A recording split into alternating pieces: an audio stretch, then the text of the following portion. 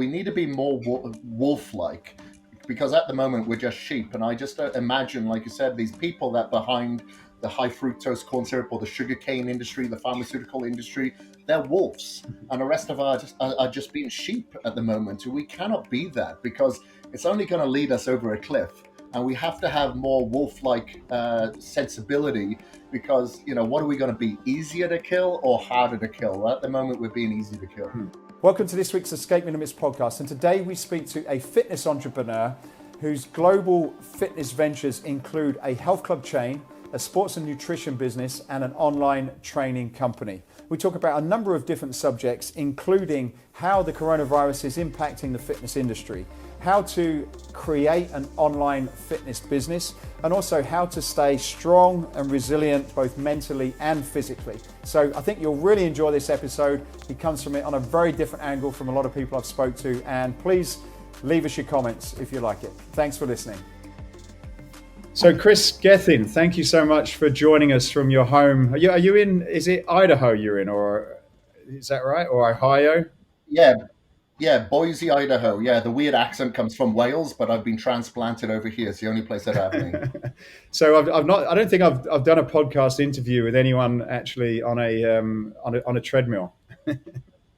No, what about a Welshman? Welshman, there's not many of us get out, so there could be a good hybrid of uniqueness. Yeah. There. So for those who don't know you, and I'm sure I know there's hundreds of thousands, if not more, that do know you, but give us a little bit of a background on yourself, Kris. How did you sort of spring out of Wales, and what was that story all about?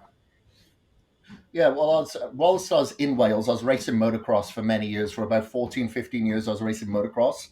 And I succumbed to a lot of injuries. And it was a back injury that kind of put an end to my career, but it left me, almost bedbound. I had very bad curvature of the spine, and I was dealing with a lot of pain. I went to a lot of specialists, and it wasn't until I went through rehab, through physio, with resistance training, that I was alleviated of the pain, because now I was taking the stress away from my spine and onto my muscles of my back. So with that, I started looking into weight training a little bit more, and I actually enjoyed not only how I felt with the alleviation of the pain, I just got over the depression that I was dealing with because of the pain as well. And I noticed through this activity, I felt better. I started retaining content that I was learning because I flunked at school. I hated school, but this is something that I really enjoyed. So I had a passion for it. So I wanted to learn more. So I went and studied international health and sports therapy for several years. And with those international recognized qualifications, I went and worked on cruise liners for a little while as a massage therapist and a personal trainer.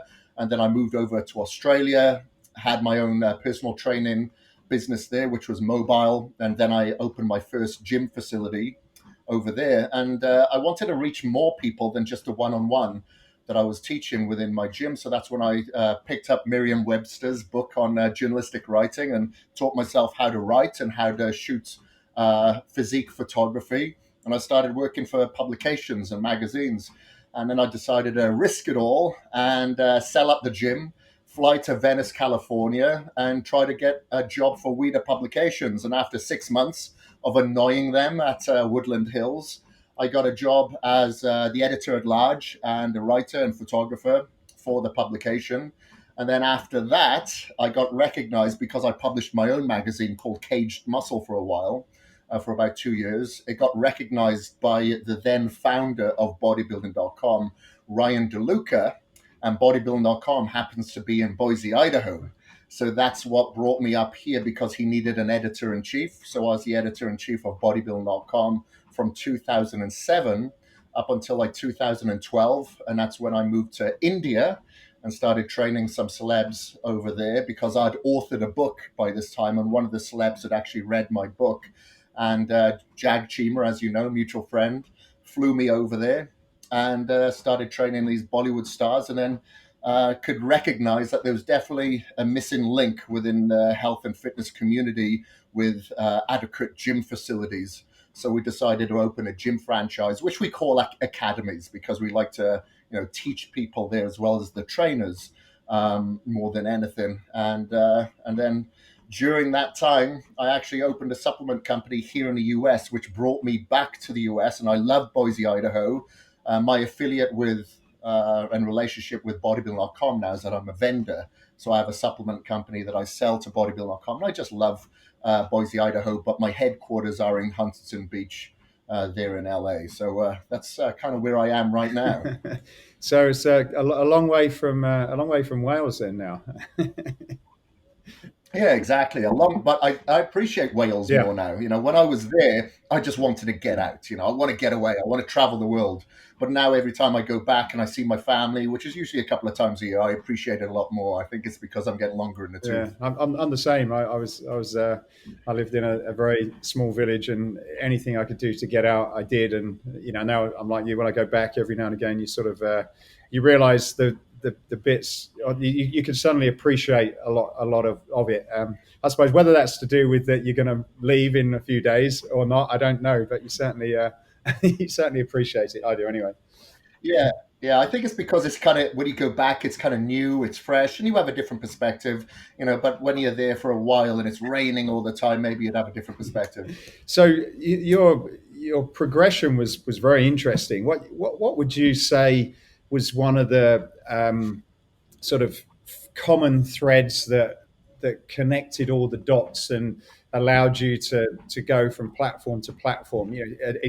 Where you're now into a number of different businesses. But was there a philosophy or something that you identified early on that's sort of taken you to where you are today? Well, it's not one thing, but I could tell you that the pivotal role definitely came from bodybuilding, because in '99, a year and a half after I'd given up motocross and started weight training, I decided, hey, I'm going to compete in a bodybuilding show, even though I knew nothing about it. There wasn't as if there's anybody on my farm that I could go and speak to and talk to. I'd just look at magazines and learnt everything that I could from there. And it was given my sense that sense of urgency. That sense of urgency led to discipline, militant discipline, and living by numbers and schedule and punctuality. That's what kind of led to a lot of the other things. I am very punctual. My word is my bond to myself, even if it isn't to anybody else. And having the discipline that you get from bodybuilding, with waking up at a certain time, doing your cardio, having your meals, counting your macros, living by those numbers, has really helped have a transcendence effect within my businesses, because I wake up early in the morning. I make sure that everything is dictated by a schedule. And it's like I said, even if somebody else cannot live by those numbers or shows up late, I'm still going to be early. And that's definitely had a positive effect. And by being active within bodybuilding, and when I say bodybuilding, I don't mean just standing up on stage in your posing pants. I mean like building your confidence, building your bone density, building the blood flow. I feel like a better person to be around, so I can surround myself with people that are better than me or have strengths in areas where I can recognize my Mm. weaknesses. So it's just like if you look at yourself in a mirror, you know if your right lat is weak over the left, and so you've got to put more emphasis and more work into that area. And it's the same within your business. If you recognize a weakness, you know that you have to double down on it. You just cannot ignore it. You cannot be naive to the fact that it's not there. You have to really show it in its worst light, I Mm. guess.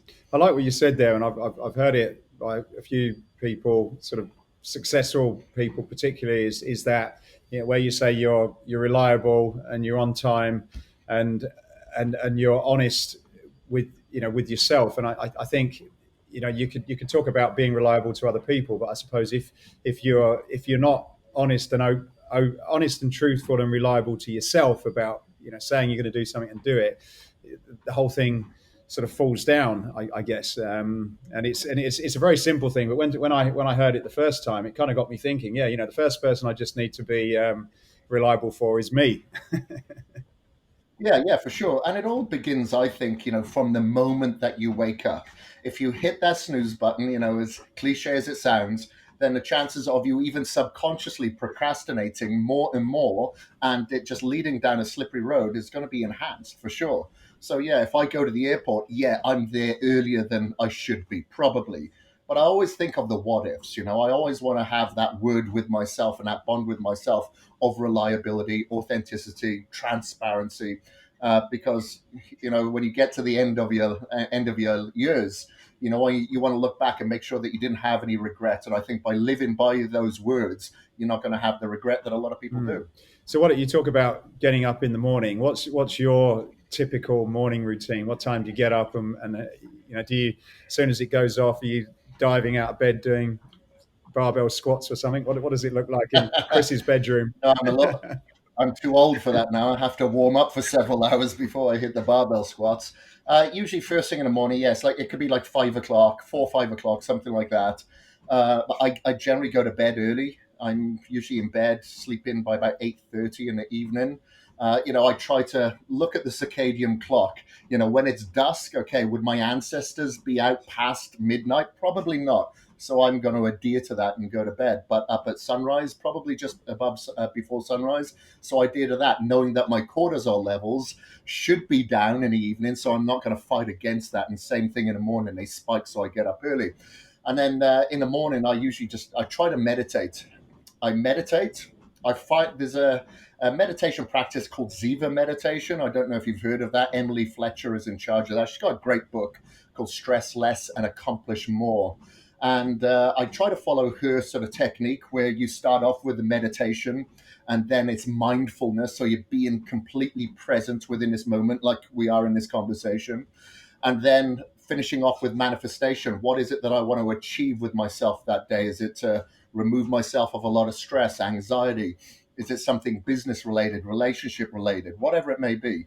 So I finish off with that manifestation. And, it only has to be like 5 minutes. And then I usually start, because I'm not getting out, especially in the winter, and I'm working from home, I will usually expose myself to some red light therapy because I cannot get the red lights first thing in the morning outside, especially, like I said, in the winter. So I kind of biohack my environment in that respect.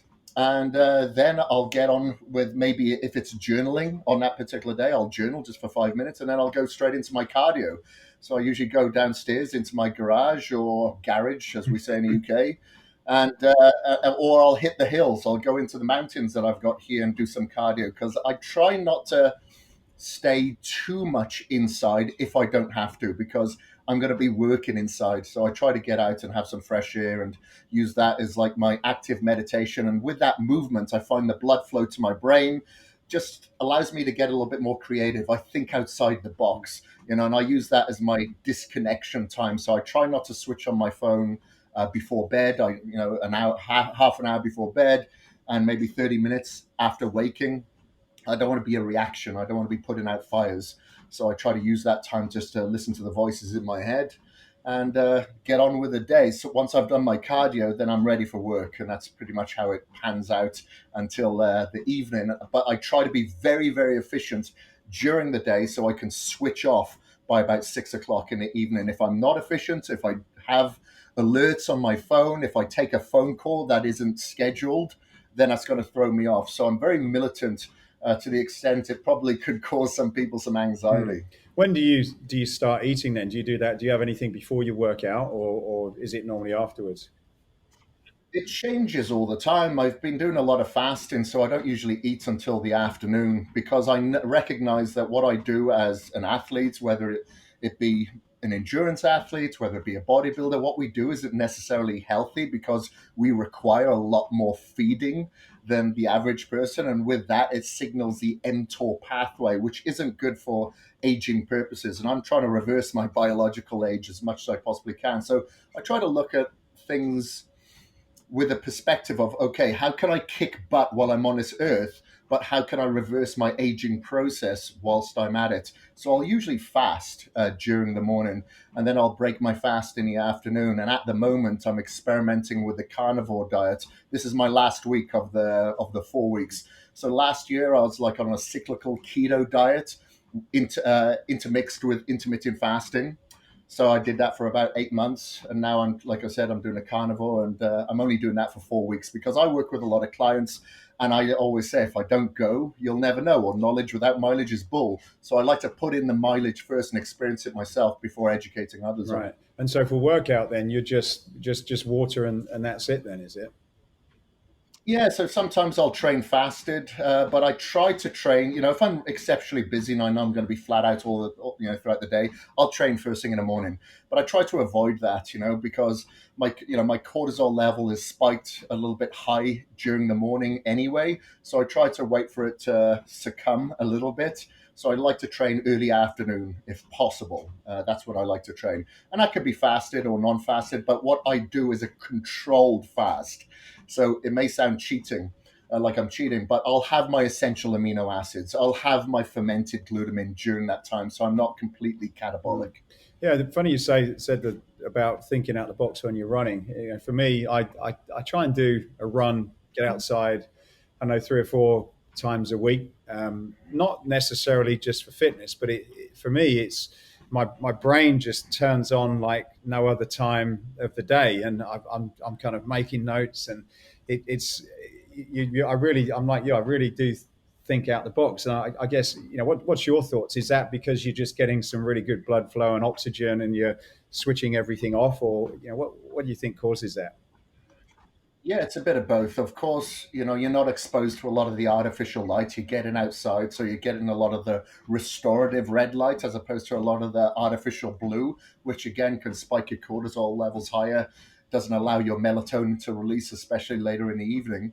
And because you're outside, you're smelling, you're seeing, you're hearing, you're feeling. Your senses are heightened a lot more outside as opposed to when you're indoors, just on your Stairmaster or on your treadmill. So I think your senses are heightened during that time. When with the space, I always say that, much like if you've got a fish or a reptile, it's only going to grow as big as its cage or its tank. And I think, we have a lot more spiritual, mental growth when we're outside because we have more space. Mm. Yeah, it's interesting.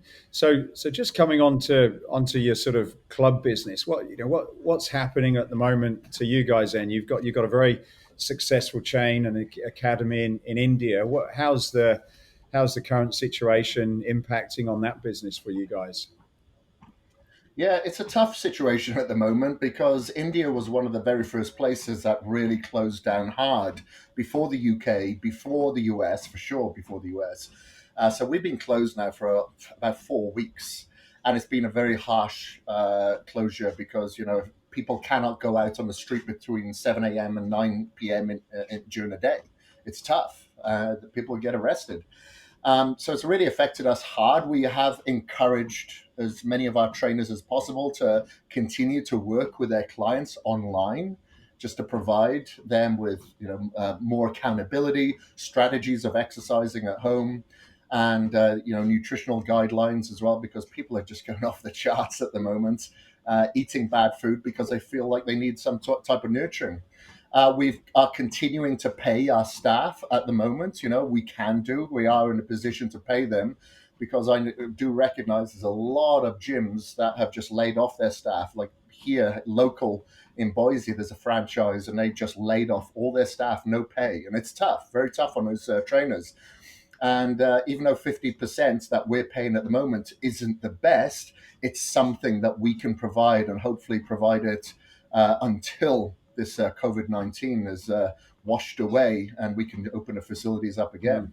And with the sort of bricks and mortar business, do you actually have any kind of digital product? I know over here you see a lot of gyms offering workouts and classes for Instagram and that type of stuff. Do you guys have anything like that you've got running?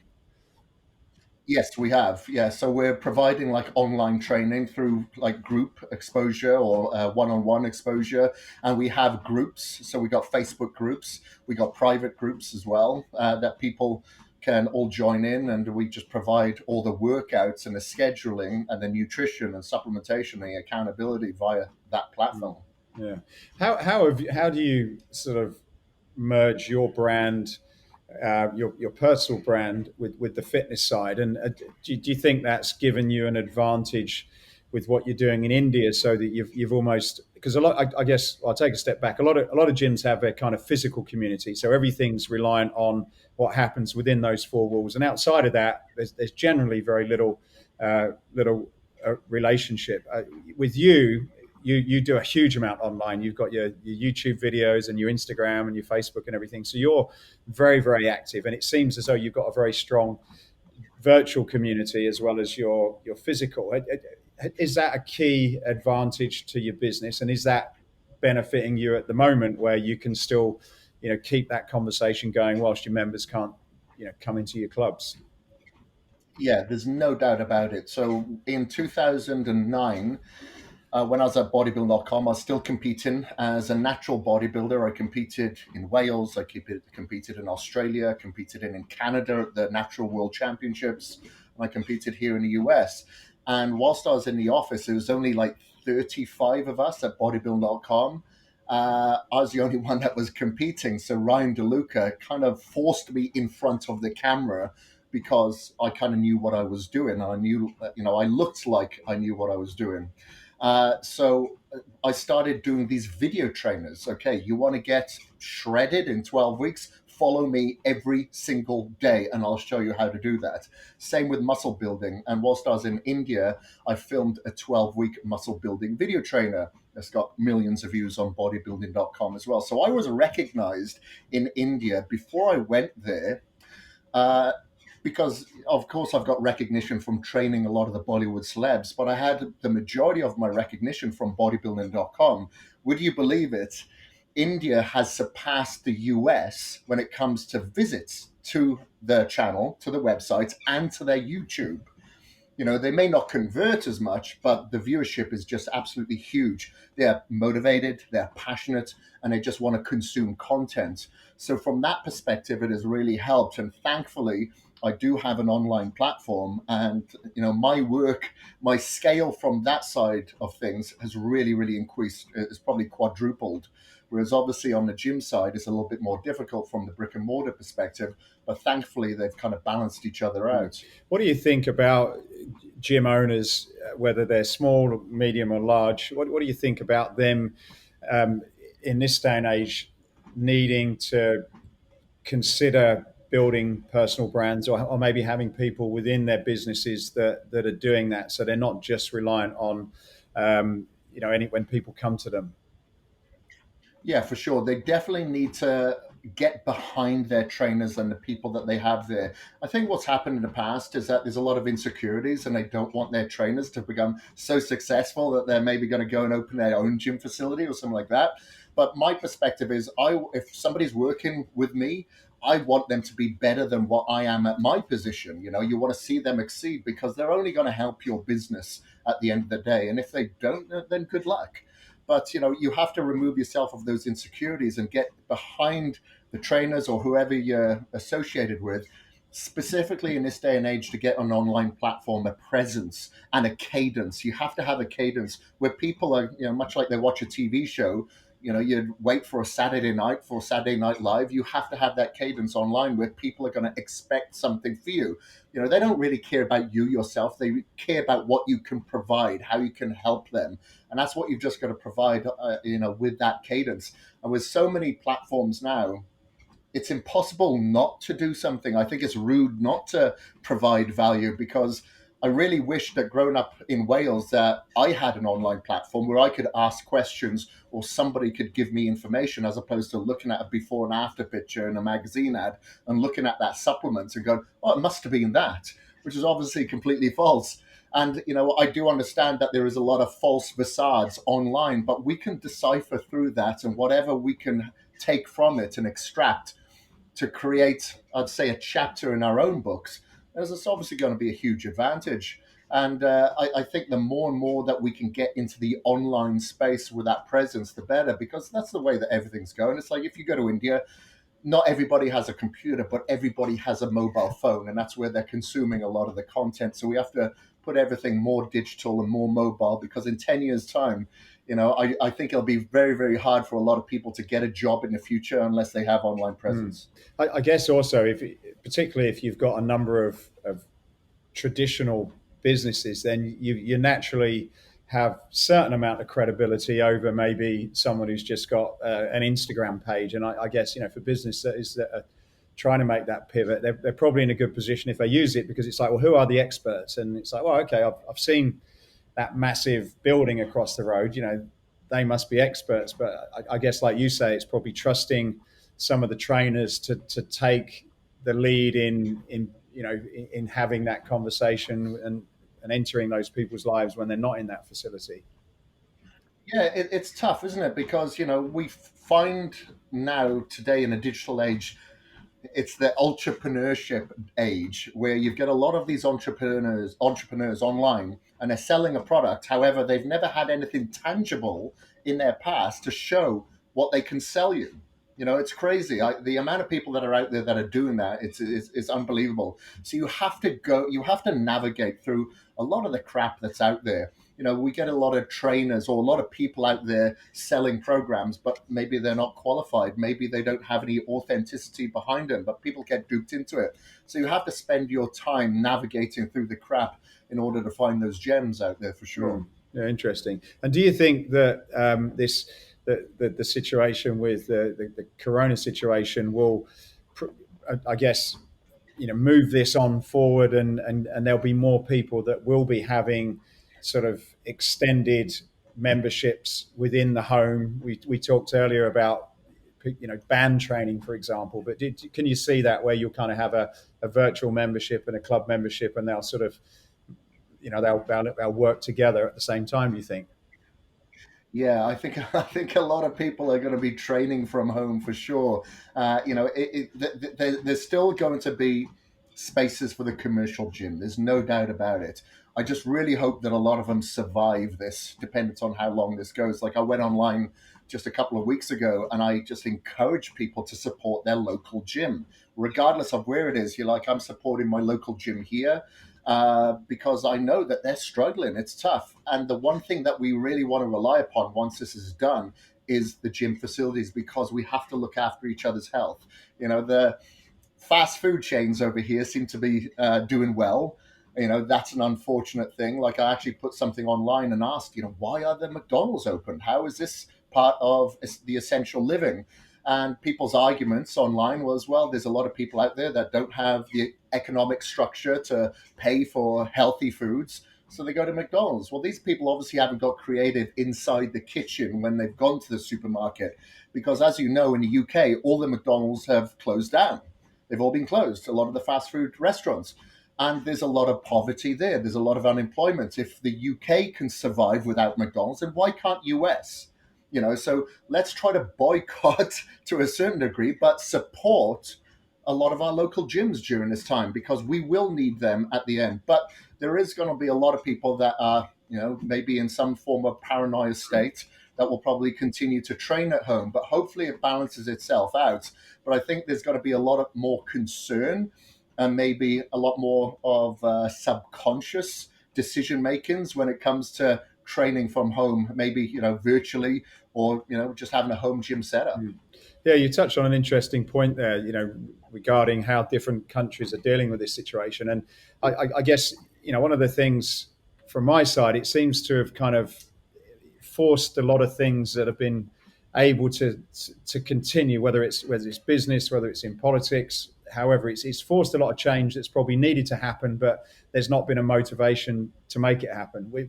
We've been talking, for example, about digital in our own business for a long time, but there's always something else to do, and I think this seems to have forced those changes. But one of the things that becomes apparent, and again, I don't know the numbers, and I know this is unfolding all the time, but a big percentage of people, from what I've read, are people that are generally in the sort of more unhealthy category, whether they've got what they call pre-existing conditions, overweight, issues with they probably smoke or drink or what have you, and it kind of said to me that as in different countries, the governments seem to be very focused on cure, but the prevention, which is where the fitness industry really has a huge impact. Just on obesity, I think in the US, 40% of people are obese. It's heart disease is one of the biggest killers of anything, and yet the fitness industry with diet, nutrition, things that you're doing can massively impact that. But yeah, it's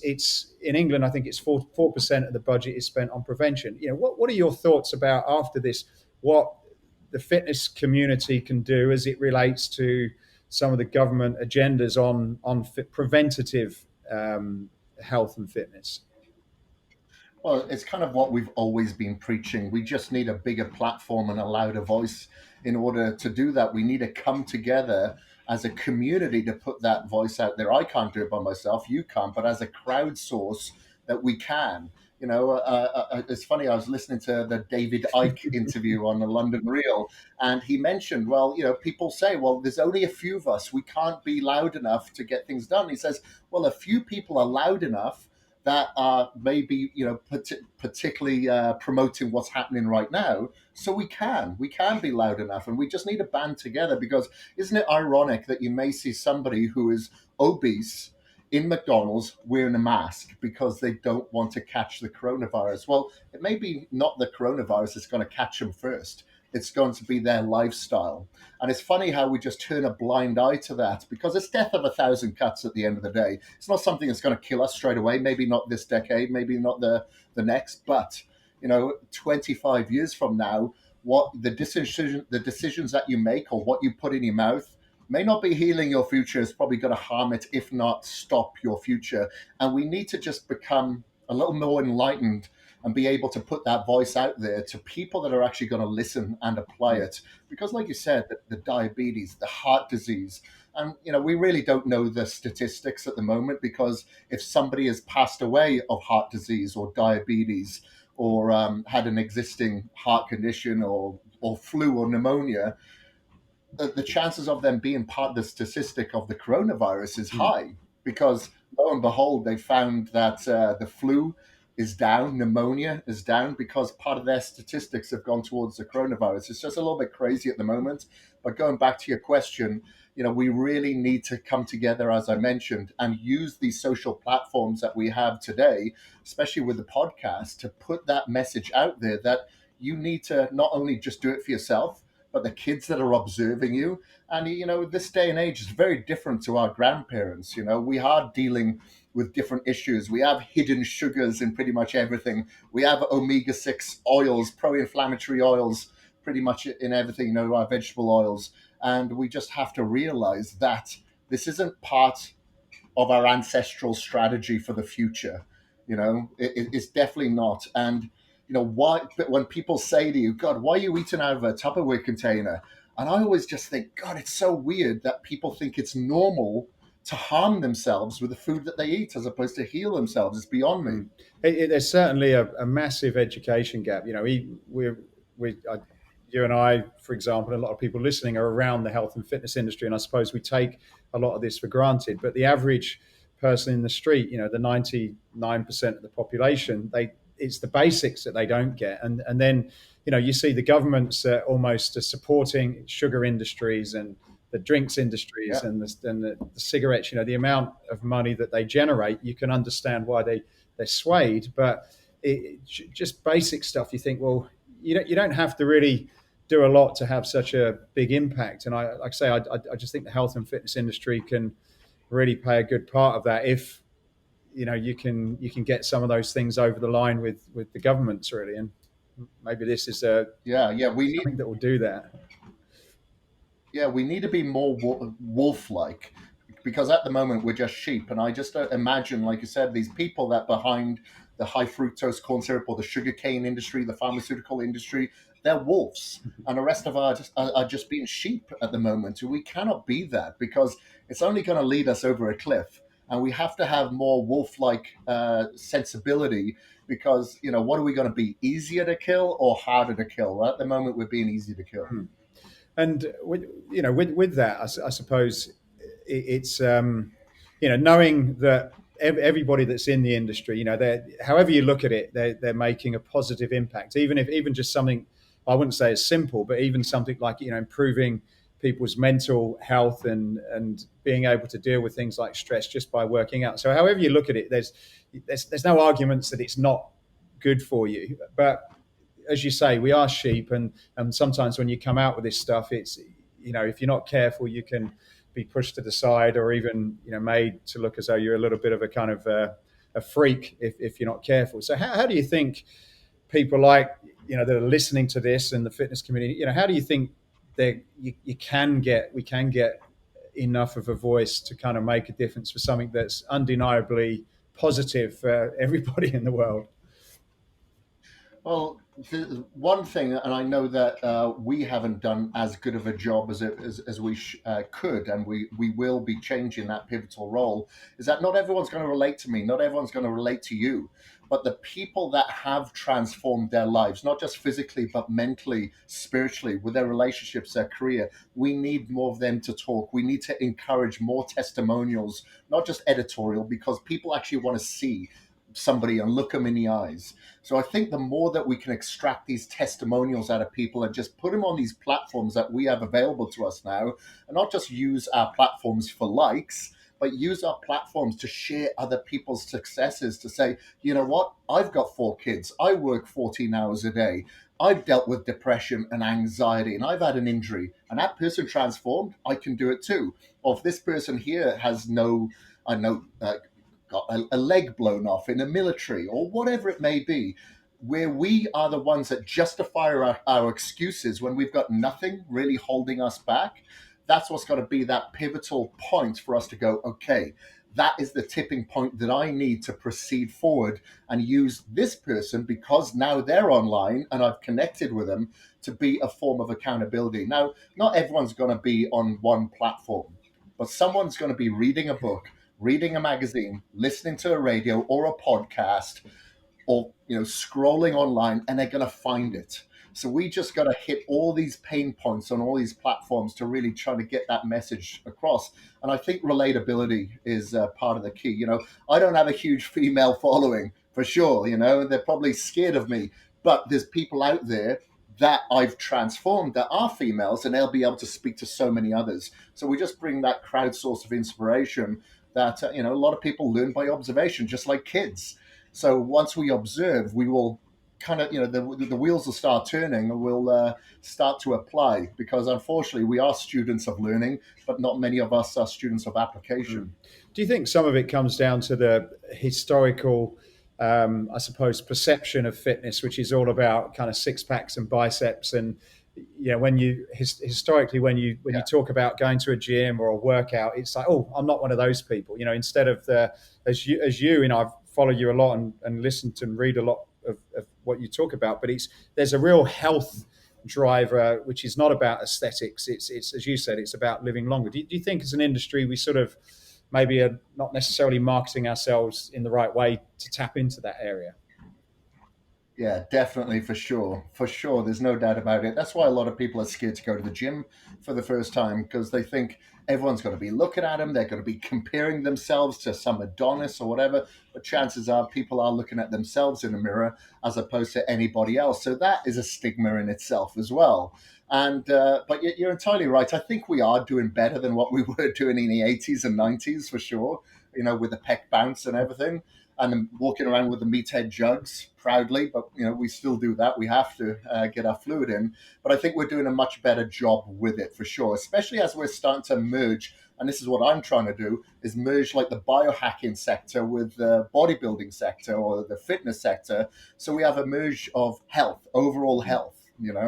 And the more that more of us can jump onto that bandwagon. Unfortunately, I think we realize it a little bit later in life, when we get into our 40s, as opposed to we really need to talk to the people and the kids when they're in their teenage years or in their 20s. That's when we really need to get into them and let them understand, okay, this is going to really help your future. Maybe not even just from a physical standpoint, but from a mental standpoint, from a career perspective. Because I go and speak to universities, and when I see what they're eating, I'm thinking, wow, you are just focusing on the education, but don't you know that the brain that you are learning from is fed from the food that you're eating? So if you want to be more cognitive, on point, and you want to be sharper, you want to retain this content, you better feed your brain in order to do so. And there's just needs to be more of us singing the same song or similar songs to similar different people. I certainly hear that and see that happening more so, or starting to happen, where people are connecting the brain a lot more to the body, and so what you put in your body, how that affects your brain, your performance, and as opposed to it just being, when I was younger, it was all about big tubs of protein and just filling yourself up with that and building some muscles. Now, I think people are starting to talk about what that does to your system, how that affects your mood, and even with people like yourself talking more about meditation now as something that is part of that, which certainly wasn't around years ago, where people are thinking about being more mindful of what they're doing. Is that something that, in terms of your business, that sort of mindful part of it is that an important part? It's very important. Like I did two live feeds last weekend, one on the Saturday, the one on the Sunday. The Saturday was an at-home workout. The Sunday was meditation at home, because obviously people are dealing with a lot of mental problems at the moment, whether it be fear-based anxiety or whatever. But it should be something that's practiced every single day, because whatever you want to manifest out of yourself, whether it be pecs, delts, or happiness, it's going to come from that manifestation or that meditation that you should have on a daily basis. So I think the holistic approach is definitely the way forward. There's no doubt about it. And, like I recognized it myself back in 2014. I suffered mold toxicity from, living in an apartment in Mumbai. And I was only sleeping 3 hours a night. And that didn't leave me a nice person to be around. I had anger, I had anxiety, I had stress. I didn't feel good. But as soon as I started then detoxing, I went to Dr. Spanag's clinic in Oldsmar, Florida for 6 weeks. I had blood reports, stool samples, urine, absolutely everything. And it was the brain scan that showed this mold toxicity.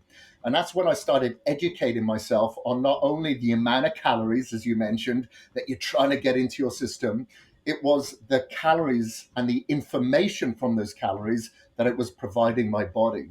So that's when I really started looking into, my probiotics, my prebiotics, my fermented food, my humane raised, organic, grass fed. And then I started looking deeply into supplementation as well, obviously, because the supplement industry is rife with bad supplements, just like anything else. So that's when I started really focusing on the sources of the food.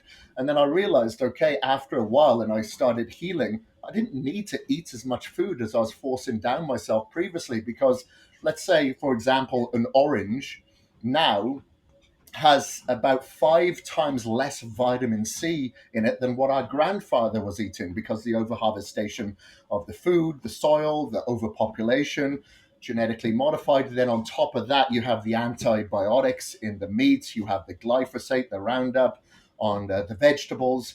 So your body is constantly inflamed, and you have to eat so much more food because it's not nutrient dense. It may be calorie dense, but not nutrient dense. So you're never really fulfilled. So now I eat so much less, but I'm able to retain more muscle. I perform better. I feel better. I'm able to do a lot of various things, whether I'm running or weight training hard, and I'm feeling good about it. And a lot of the inflammation that I was dealing with in my body, such not just in my gut, but in my joints, it's all miraculously gone. So I always consider now my gut as not my second brain, but as my primary brain, because if you have inflammation in your gut, it can lead to a chemical response in your brain where now you're not feeling good. So as we know, a lot of the serotonin or we're more bacteria than we are DNA. It all comes from the gut. Wow. I know you did. Is it correct? You sort of, and I know you're a big guy, but you did 6 months. You went in straight into an Ironman, 6 months preparation with your similar sort of frame that you've got now. Is that correct? Yeah, that was my first. I did my first Ironman within 6 months of preparation. I did a half Ironman in 4 months. Well, before that, I think it's within 2 months I did an Olympic, and then 4 months in I did a half Ironman, and then 6 months into my training I did a full Ironman, because I've always done cardio every day, if not twice a day. It's just part of my DNA. I enjoy cardio. And a lot of people in the bodybuilding perspective and community said you shouldn't do cardio. You should be a mantelpiece, an ornament on the mantelpiece, and retain all your calories and put on muscle. But I always found that I was able to train a lot more frequently if I did some form of cardio every day. I'd recover so much better. So I was always thought, okay, well, if my recovery dictates my performance, I'm going to stay active because it assists with my recovery. And even though a lot of my peers and even clients would question it, so that's why I thought, okay, I'm going to go to the extreme then. and participate in an Ironman triathlon. What can I do that's extreme? That seems pretty extreme. But I'll go to the lab beforehand, which I did to the university. I had my FTP, lactate threshold tests, had DEXA scan, just to show that I wouldn't lose any muscle during that time. And I actually put on muscle, but I didn't train like a typical triathlete where I was training extensive hours every day. I'd only train for like an hour during the week, and it was only on the weekend where I'd go long but slow. So it may be, an 8 mile run on a Saturday, but maybe an 80-mile bike ride, on a Sunday, because I'd have to get, used to being in the saddle for that duration of time. So that's what I did. But I ate and supplemented like a bodybuilder. I called it like a moving buffet. When I was out there, on the bike, I'd have my shakes, I'd have a backpack with some food in there, and that's how I, make sure that I don't wither away. But I enjoy doing that type of training. Like, I've done ultra marathon, I've done several Ironman events since, and I just love the fact that I can be a bigger person, but I don't have any issues that are holding me back from being an endurance athlete as well. So now I've actually crossed and contaminated the endurance perspective as well, where I'm getting more endurance athletes to participate into weight training as well, strength training, because it's really helping them along the way as well. And there's nothing more satisfying when I'm at an expo and someone comes up to me and says, you know what, because of your, documenting your Ironman, I did my first 5K or half marathon or an Ironman, because I know that can't be faked. We all know that we can all get on a bodybuilding show. It's not as if somebody's or a bodybuilding show stage. It's not as if anybody's vetting us to say, you're not good enough to get on that stage. Anybody can really get up there, but to finish like a marathon or an Ironman or something like that, you can't fake that. You have to really put in a sacrifice before you get that success. And to bringing that fitness level down to today, like whether, arguably how infectious and how widespread this virus is, but what are some things that you're doing or you can recommend people to build that resilience to best prepare themselves for anything that attacks their system, from mind, body, nutrition, supplements? What are some of the essentials that you think we should all be sort of taking note on at the moment? Well, number one, I'd say disconnect from the media. That is the first thing, because, whether you're watching CBS or whatever, you need to disconnect, because what you are consuming there may not be correct, but it's consuming you. So, and I see it with so many people there, they'd be overly consumed by the media. And I believe it's structured in a way to do so. So that's the first thing that I tell people is just, disconnect. Be informed, of course, be informed, but don't overly consume that, whether it be online or elsewhere. Number two, like I said, the meditation is just part of the structure. You need to have the same structure. If you're unfortunate and you're out of work at the moment, you still have to stay to the same structure as you did previously, because guess what? You will be going back to work, and you may find it a lot harder than somebody who did stick to this structure to get a job role. So that means getting up in the morning. That means not hitting the snooze button. I like to encourage forms of discipline that have a transcendence effect to other areas of your life. So I always tell people, hey, if you feel like a warm shower in the morning, have a cold shower. You may not feel like it, but get used to doing things that you don't want to do. Get comfortable being uncomfortable, because it's going to be so much easier for you to deal with uncomfortable situations. Plus, cold therapy really helps with vagal nerve toning, so you're going to be much more emotionally stable during this time. So cold therapy is very good. If you've got an ice bath, cryotherapy chamber, or a cold shower, then participate in that cold therapy. Activity. I don't care if you don't have a gym. You have to participate in some form of activity, whether that means going up and down your stairs at home or doing some burpees, some sit-ups, some push-ups, some jumping jacks. Do it, because you have to remove yourself of a lot of the toxins. You have to get rid of a lot of the lactic acid. Make sure that you participate in what would be like lymphatic drainage, so you're going to have a stronger immune system.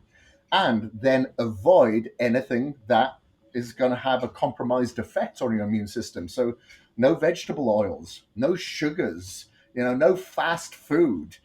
Think of eating the rainbow with your meals. If you want to fast in the morning, great. That's going to promote something called autophagy, which is going to clean up a lot of that bad DNA in your body or folded proteins.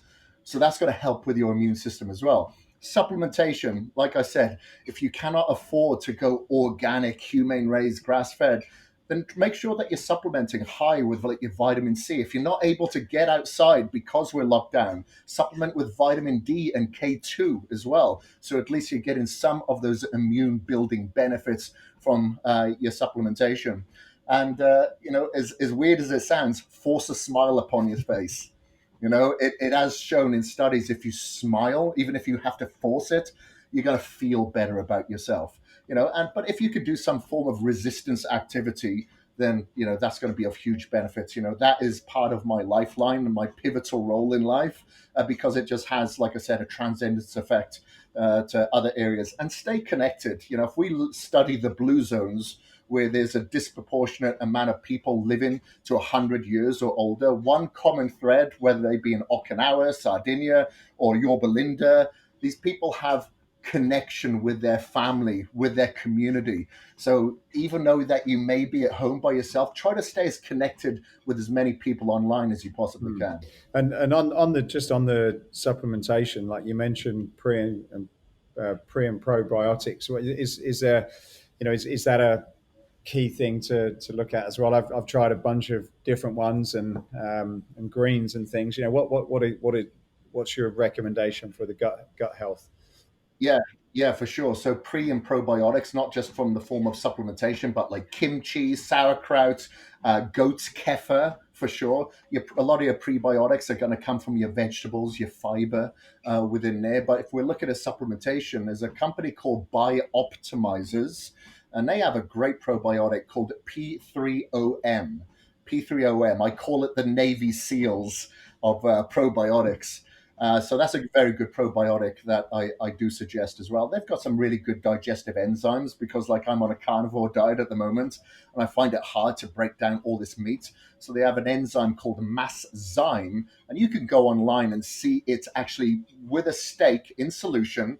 And then they have another steak in solution where they put the Masszyme in it, and it actually digests it on so it's really, really good, especially as you're getting a little bit older like me. So the P3OM I find is a very good probiotic And supplement. with the probiotics, do you have to give yourself a rest so that your body develops its own, or can you continue to take them? Like, does it shut down if you're constantly supplementing with them? No, no, no, no. Like I said, it's going to come from your food at the end of the day, because you have to look at your background. Like, were you on antibiotics at some stage? Were you on, some sort of SARM or whatever, where it could have an effect on your gut microbiome? Or was it bad food? You have to look into all these things. So then you're going to have to heal your gut. May not take a couple of months, may take 8 months, may take a year. And it's going to be the consistency of eating healthy, wholesome foods, like I said, trying to stay away from mass-produced foods. If you're going to have like a factory farm fish, it's going to have a lot more omega-6 in there, where wild caught fish is going to have a lot more omega-3 oils. Very, very different. So you have to heal your gut from, I'd say, from a whole food perspective.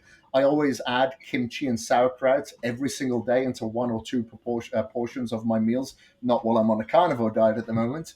And I'll always have goat's kefir as well, because I try to stay away from dairy as much as I possibly can, because a lot of it has been adulterated this day and age. And I'll stay away from gluten as much as possible, again, because if we look at a lot of the wheat years and years ago, because I grew up on a farm, the wheat would be at the top portion of the stem, but now it goes all the way to the bottom. It's been adulterated again. So, there's a reason why people have more allergies today. It's not because there's a lot more millennials out there and we're a lot more sensitive to the issue. It's just because the food has been adulterated. It's changed its structure. Yeah.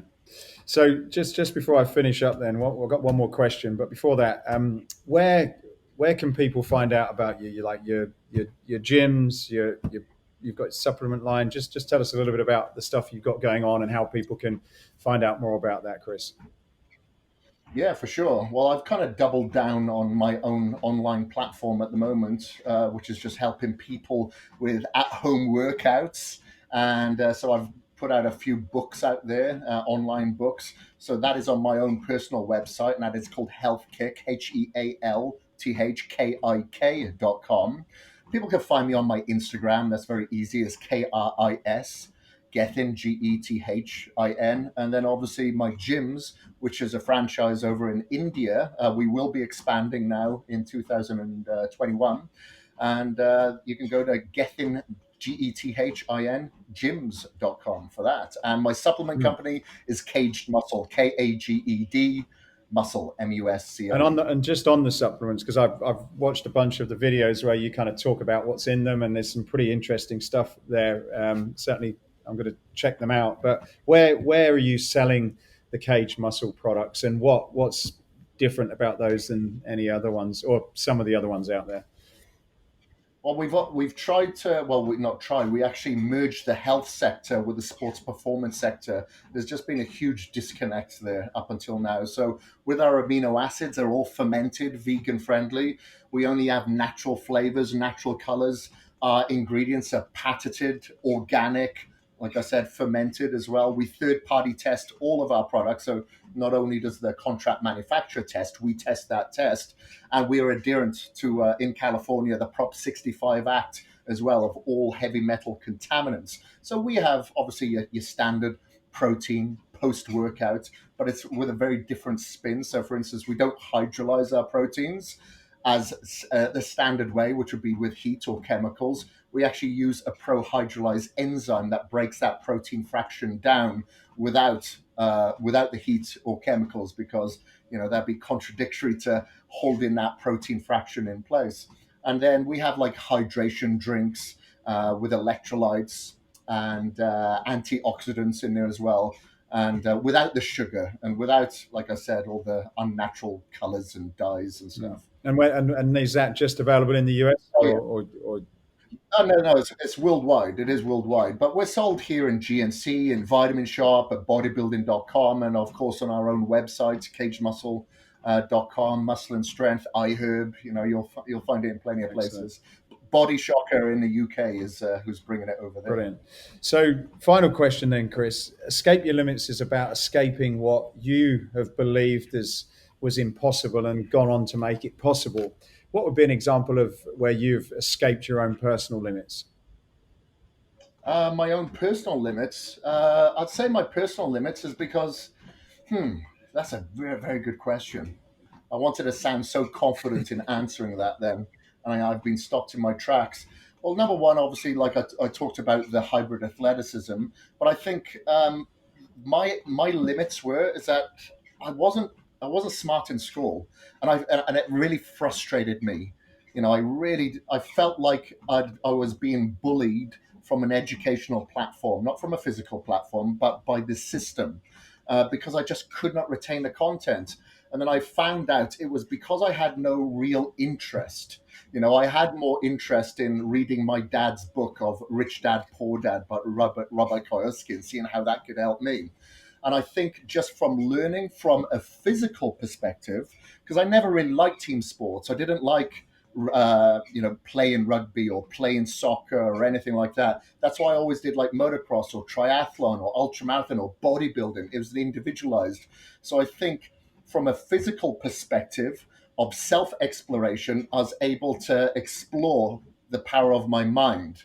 And that's what I was able to escape, from what I was taught in Wales very, very early on. And, luckily I didn't get pressure from my parents from an educational perspective as well. They just wanted to see me succeed in life. Fantastic. Well, Kris, thank you so much. Some wonderful information in there. I've been scribbling down. We'll put a bunch of those. We'll put the website links in the show notes for people to get them. And yeah, I hope hope everything works out with your clubs in India on the other side. And I look forward to sort of catching you face to face when you're next over in Huntington Beach. Thank you very much. I appreciate it. And I appreciate everything that Escape has done for us in our gyms and in my garage as well, keeping me active. Fantastic. Thanks, Kris. Thank you very much. Hey, I hope you enjoyed this podcast. If you did, then please go over to iTunes and subscribe to the Escape Your Limits podcast. Leave a review, leave a comment. It really would help us a lot to continue to keep these going.